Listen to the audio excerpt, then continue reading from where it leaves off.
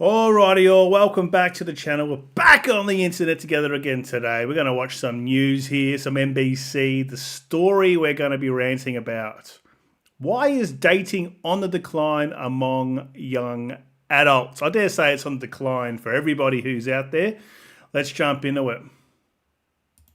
Research has found that teens and young adults are foregoing a classic rite of passage, dating. In fact, only 56% of Gen Z adults said they'd been in a romantic relationship in their teen years, compared with 76% of Gen X and 78% of baby boomers. Well, okay, I want to talk about this. What's this fixation of people trying to get into romantic relationships and you're a bloody teenager? And I'm talking underage. What's this all about? Enjoy playing with your fucking Xbox and PlayStation and just having a good time and mucking around with your mates, because those times don't last forever. You would look back on those fondly. Have this generation. I wasn't thinking about having a girlfriend when I was 16. Man, I was thinking about playing GoldenEye on Nintendo 64, mate. Best days ever. That's afraid of rejection, afraid of trying, afraid of effort. Girls don't want to make the first move. Guys don't really want to approach girls anymore. Gen Z seems to be redefining dating. So I'm gonna lay it out here. I just think men are in a pretty hostile environment. This is going to be from the perspective of a man, this video. So for the female viewers out there, just take it with a grain of salt. This is my experience, and I'm sure you'll have a differing one. And as a man, I'm sure, and the other men out there will probably resonate with it. So the perception at the moment is it just takes too much effort to try and get a woman on the hook, so to speak. Number one, it's very expensive out there. We've got cost of living crises going on. It's a cost of living normality. It's not even a crisis. It's just going to continue to get worse. And the expectation from a lot of women, especially on dating apps and these younger women, is that the guy is very happy to just go and drop a couple of $100 on or some sort of activity. And I'm not saying if this is your actual girlfriend, fine, go for it if that's what you want to do. It's still a sunk cost, in my honest opinion. I'm talking about people who've never met each other before. You'll be talking to someone on a bloody dating app, and they want to meet up. The first time they meet up, they want you to take them out for dinner. I may as well be buying random blokes on the street beers. It makes no sense.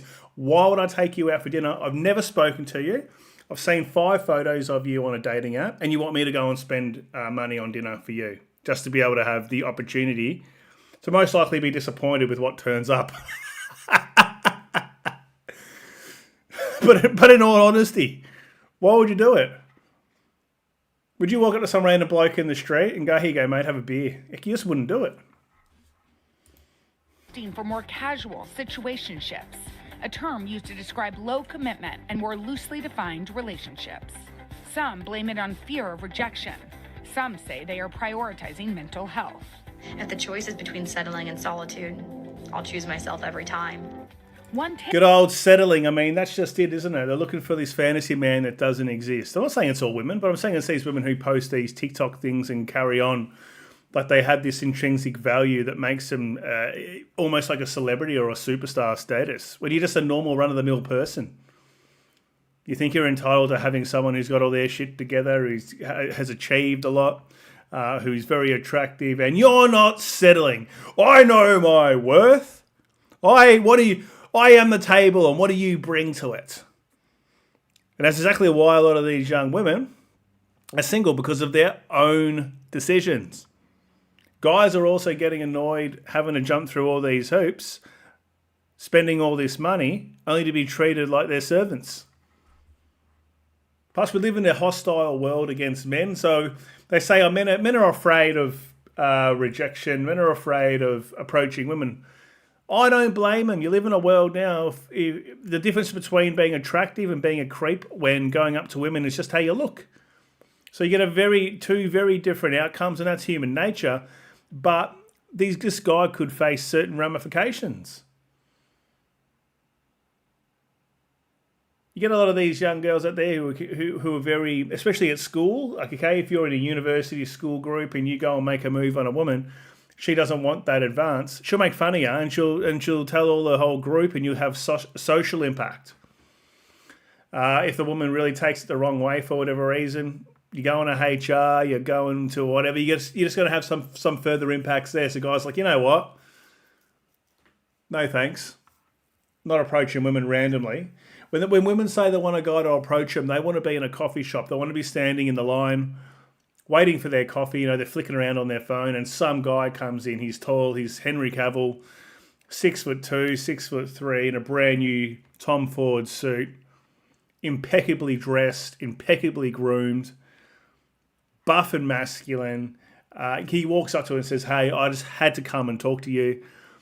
I've never seen such feminine goddess beauty. Here's my card.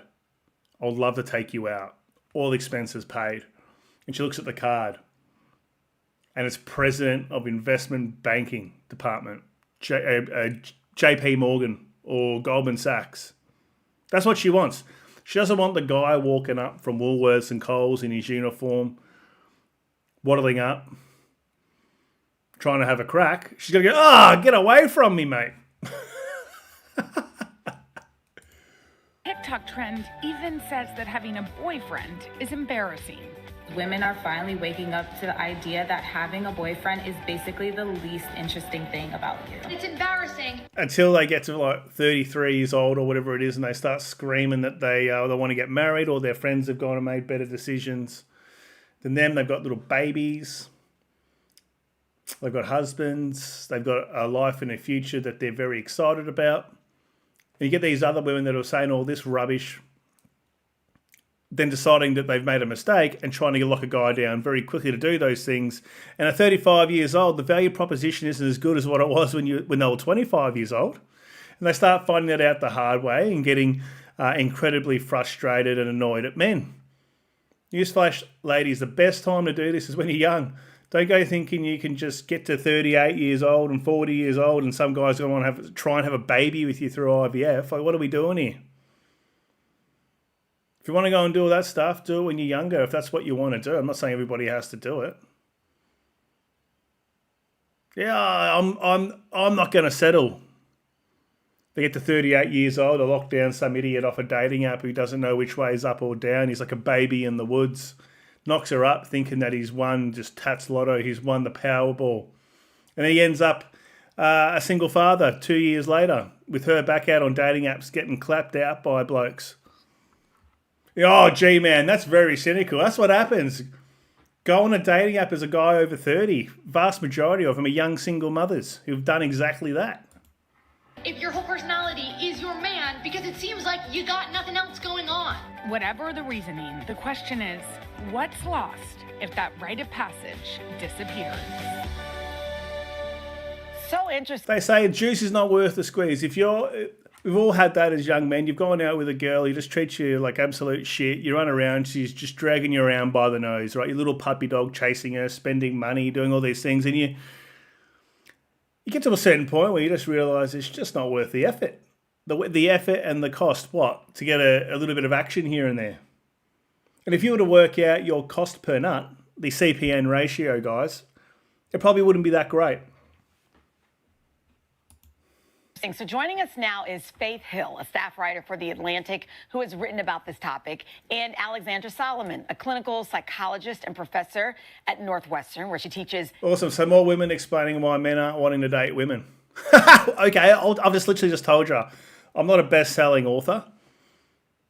I probably should be. I should start writing books on this stuff. It's like me writing a book on menstrual cycles. How the fuck would I know? The very popular class, Marriage 101. They didn't have that when I was there, but I'm happy both of you guys are here. Faith, let's start with you. I read your article and I immediately brought it to our team and I was like, this is so interesting because it's something I see even with my children. Like, they're not having male friendships even. Mila does, as a girl, she doesn't hang out with guys at all. So why would you have friends that are girls? I mean, come on. The only reason why a woman wants to hang out with a man or drag him along is because she wants to put a guy in the friend zone to get certain boyfriend treatment without having to give up any girlfriend duties. We call it the friend zone. Guys getting stuck in that for too long. The only reason why a guy hangs around and does that because he's got a crush on her or he wants a bit of action. And he thinks if he sticks around long enough like a sniper waiting for the perfect shot, he's going to get in there. Now, this might be different if you've been friendship groups in family circles from very early age. I'm saying if you've just met someone at any age and they're wanting to be a friend, there's an ulterior motive, especially if it's a man. Men don't want to be friends with bloody women. They don't want to talk about horoscopes and whatever you bloody talk about. There's nothing in common to have. There's nothing in common. How can you be friends? Look at the world completely different way. I've never had any friends that are girls. And if I did, I was trying to get in with them. This is going back. What did you see in this topic and why did you want to research it? Yeah, so I actually just stumbled upon a statistic. It was a 2023 poll from the Survey Center on American Life that showed that I believe 56% of Gen Z adults said that they had ever been in So I was talking about Gen Z as well. I think a lot of guys, a lot of information out there on the internet. Now, I'm not trying to rag women, all right? It's just, as I said, it's the perspective of men, of a man just telling you why these things are happening. Women telling themselves on the internet. You just saw those clips back then of women carrying on that men are embarrassing to go out with or whatever it is, and they're not going to settle and all this sort of shit. And men are starting to realise how they're looked at by the vast majority of women, which is as utilities. Then the longer these men go without getting into serious relationships and getting married too young and realising that they've got into a situation they don't want to be in, they start seeing their friends getting married, maybe an older brother getting married and divorced, dad, a guy from work, all this sort of thing. And guys are getting absolutely destroyed, losing houses, losing access to children. And this happens a lot. And so these guys are like, oh, hang on. Oh, I don't think I want to do this. Or they're going to really second guess it. They're going to really vet a woman out. Because the expectation from most women out there is if you could go out for a year and a half, and things are going well, the guy then drops down, he gets the engagement ring out, puts it on her finger, then you move in together, or move in together, and then the engagement. Then there's a 6-month period where there's like wedding planning, and then you get married, and the guy's happy to drop 50 grand or 80 grand on a wedding or whatever it costs now. Well, that's like the expectation. Most guys are wanting to do that. a relationship at any point in their teen years. And that was compared to nearly... And if you go and question it, then you're this cynical person. Like, think about, you got divorce industry out there, you got family lawyers, all the other derivative professionals that also feed off that process. Billions and trillions of dollars of money made every year off that misery and suffering of men and women who've got married to the wrong person and got to go through it. Mostly men. It's mostly the men who have got more money most of the time, who've been better with their money. But yes, some women. I know a woman who's going through that, and it's not a good time for her. So it's not a gender thing, but generally what it is that men have been better with their money for the longer term. So then they get rinsed. So if you go and look at, there's this whole industries literally feeding off the misery and suffering, you've got to start questioning what you're getting into here. Because everyone's like, no, it's not going to happen to me. That happened to you because you got a small knob and you don't know how to pipe your missus down, or you were disagreeable, or you didn't give her what she wanted, and ba-ba-de-ba-ba-ba-ba-ba. Not going to happen to me. Not going to happen to me. Oh, what's the divorce rate in Australia? It's got to be in the 40%. Let's just say it's 40%. That's probably on the low case of new marriages. 40%, 4 out of 10 people are going to end up going through, property division and all this sort of stuff, and allocation of access to children, all these bloody miserable things. 40% if they have children, which most, I dare say, probably most married couples probably would. 40%, 4 out of 10, line up 10 people, 4 people are going through that. Then I reckon you've probably got another 5 out of that remaining 6 who are probably unhappy, probably would rather not be there, but they're still there because they're trapped into the system. They've got families, they don't want to blow that up. There's financial reliance, 2 incomes to make sure you survive these days. It's hard out there. So people are trapped from all different ways in lives that they don't want to be in. And more and more men and young women are seeing this. That's my honest opinion. You can say I'm a miserable bastard How many? If you've got a few years on the clock, you would have seen all this stuff play out that I'm talking about, or you've experienced it yourself. So I think there's more and more information out there. The point I'm getting to is there's more and more information for young men. Go on TikTok and write in dating requirements, or write something like that. And you got these bloody women carrying on stupid. And so got all this. Go look at all these podcasts that women make talking about men and trying to get men to commit, and all their situationships they've been in, all the sex they've had with all these guys and all that. Like they're just telling them on themselves. It's not like it's a new thing. They're just sharing the information out there, and men are beginning to learn.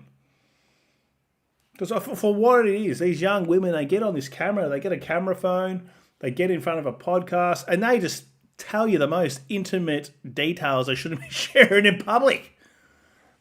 Anyway, it's a real benefit for men. All right, guys, if you're enjoying the channel, consider subbing, like, comment, sharing. If you enjoy me making these different videos, I don't want to do political rants every day or ranting about Australia or all that sort of stuff. We've got to mix it up, have a bit of fun here too, and this is a bit more of one of those fun videos. So if you're enjoying it, let me know if you want me to make more of them. And once again, consider sharing my channel with your friends, and let's get it up there and pumping again. 80% of Gen Xers and boomers. Yeah. So I just found that really striking. Yeah. And what are the reasons? I think there are a whole bunch of different reasons, and some of them are positive and some of them are negative. Right. So the positive is essentially that I think society-wide there's kind of a decrease in stigma around singlehood. Yeah. And that affects, Which is great. Which is great, and I think there's a little bit less pressure for young people to be in relationships, which allows them to focus on other things, on friends, school. It's only self-imposed pressure. My advice to people is, here's the fuck what anyone thinks about. You do what you want. If you want to be single, be single. If you want to be in a relationship, go and try and do that. Don't worry about societal pressure. I think that's more a female thing when it comes to timelines. And all your friends are getting married, and then you're feeling like you're the odd one out. Your friends are starting to have babies at all certain age that you're in, and then you'll feel like you're missing out. That's not something you want to do. Don't worry about what other people do. Live your own life, run your own race. I've always said that. About social pressure and doing the last thing you want to do is get married to the wrong person under social pressure. You're trying to race to the finish line. Too many people do it. They get to 35, men and women. They get together off a dating app. All of us, they're like, "Yep, I want this. Do you want this? Yep." Barely even know each other. Start speed running relationships really quickly. Getting pregnant, having babies, getting married all within a year or two, and they don't even know each other yet. And then you see these things blow up spectacularly. And then what do you got? You got dating apps full of single mothers and single fathers. Hobbies. Yeah, it makes sense. So let me bring you in here. So as a psychologist and as a professor, first of all, are you seeing this even in universities and at the college level where they're just not dating? Absolutely. I think that the idea, I always say that Gen X coined the term hooking up, but Gen Z has taken it to another level with situationships, which really... Believe me now, this is all happening.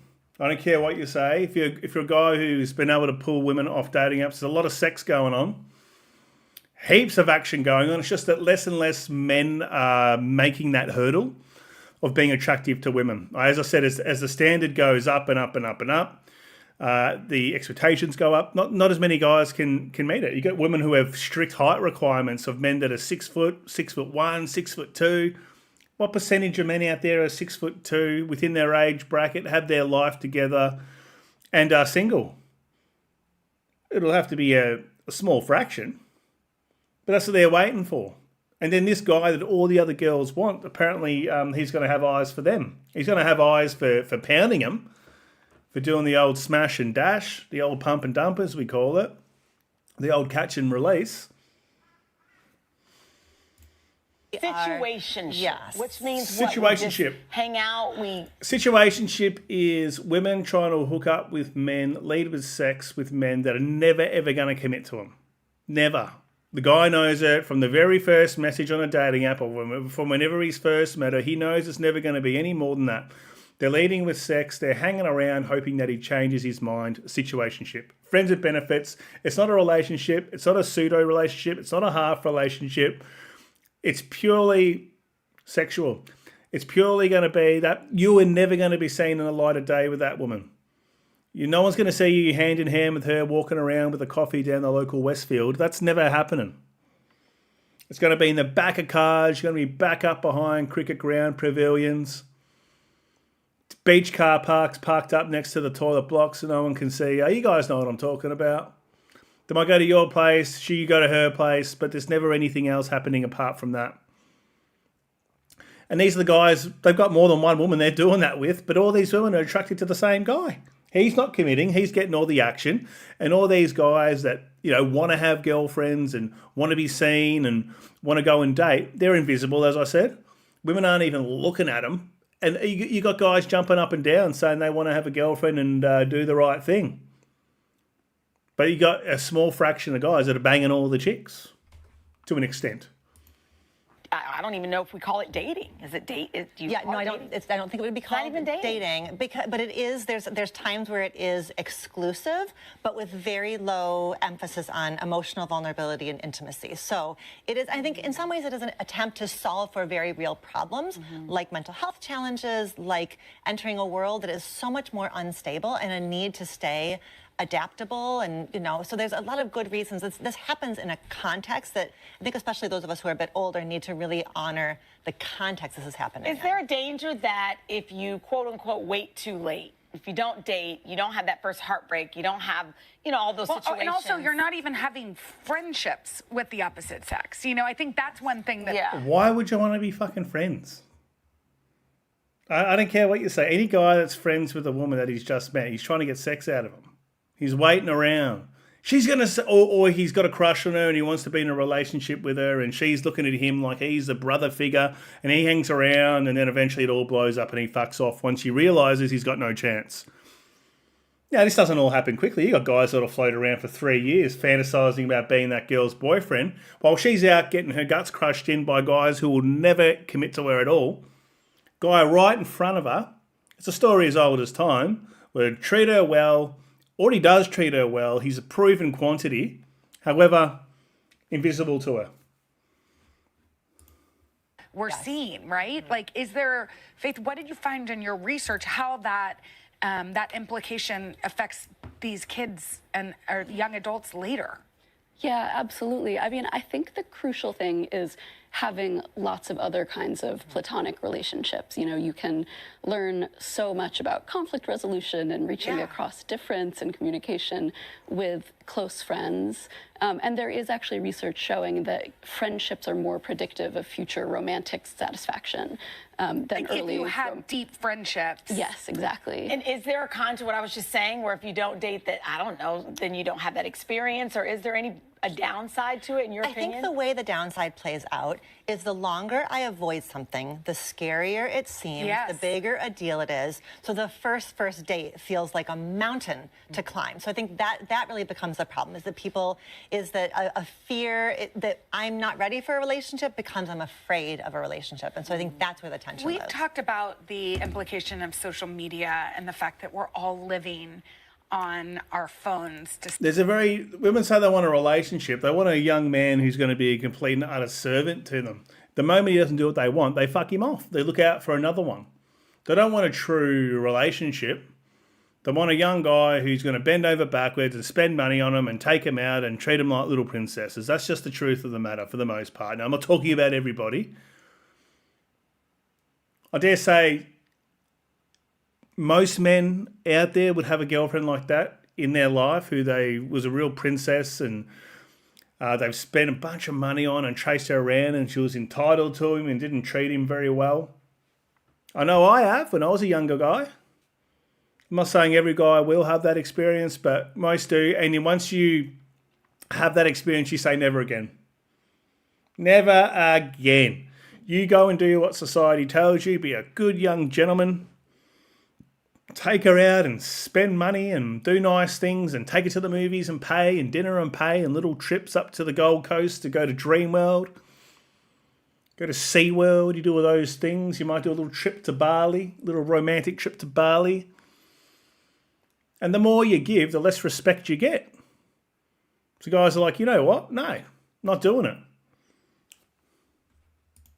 Such an extent, and what it's kind of done as a barrier between sexes, but also as, you know, you can sort of get whatever you want from this. So why work hard? Why ask anybody out? And also there's like this fear of embarrassment because everything is recorded. Yes. How does social media play into this? Yeah, absolutely. I think it's a really big factor. I mean, as you are mentioning, first of all, I think there's sort of a decrease sometimes in motivation to get out and talk to other people, a decrease in, you know, kind of practice. Like once you aren't comfortable with it and you've spent a lot of time at home on your phone, it gets scarier. Yeah. And then also the phones kind of start to mediate the romantic relationship. So I've talked to a lot of adults, you know, who say, like parents who say, my kid has been talking to someone on Snapchat for months and months and months, and they're just not getting out of this talking phase. Yes. And it really shifts what the relationship and then like. Yeah, okay, that's weird.